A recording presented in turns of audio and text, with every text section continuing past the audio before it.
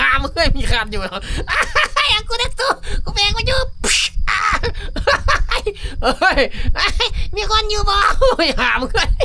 เฮ้ยยังหำมาส่งเขาเมามีคนอยู่บ่แกเกินดีเว้ย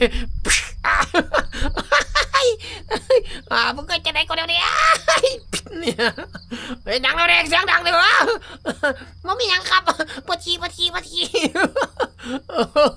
เอาเฮ้ยหามึงเฮ้ยเห็นยังเงินกูเสียงดังเลยมาต้องเอาเมาตื้อไปแล้วเด้อแปนหลีกได้ตุ้มสูดนะมึงเอ้ยเปลี่ยนยังไงเดี๋ยวนี้เอาเฮ็ดเปียก